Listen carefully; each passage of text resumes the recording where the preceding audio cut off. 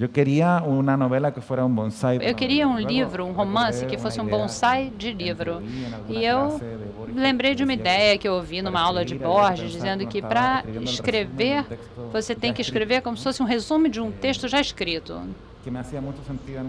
E isso faz sentido para mim, estilisticamente. O gesto metaliterário, digamos assim, estava sempre associado a um desejo de honestidade. Quer dizer, partir já contando o fim. Eu quero escrever um romance em que o leitor... Não quero escrever um livro em que o leitor pense por um segundo que a trama é que é o mais importante, que o final tem alguma importância. Não é isso que eu quero.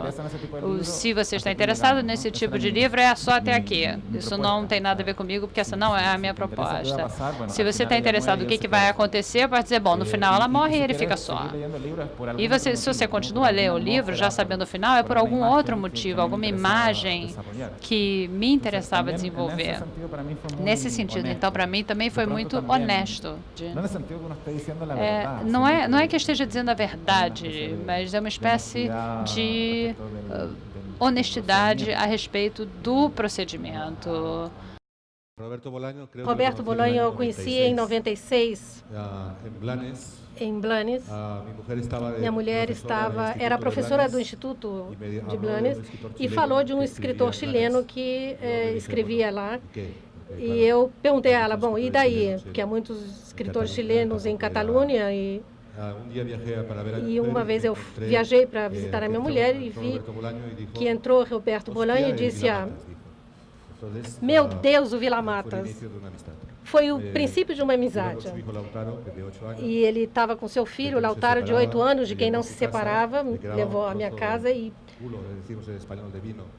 tinha um restinho de vinho na cozinha e o menino que estava com ciúmes da conversa do pai disse, papai, este senhor vai beber todo o nosso vinho.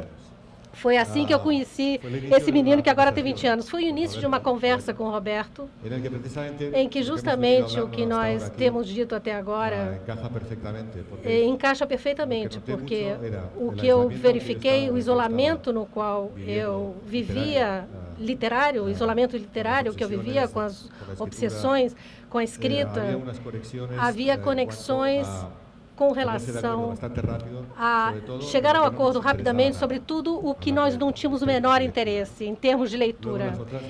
Depois, as leituras que nos interessavam, havia diferenças, mas havia algo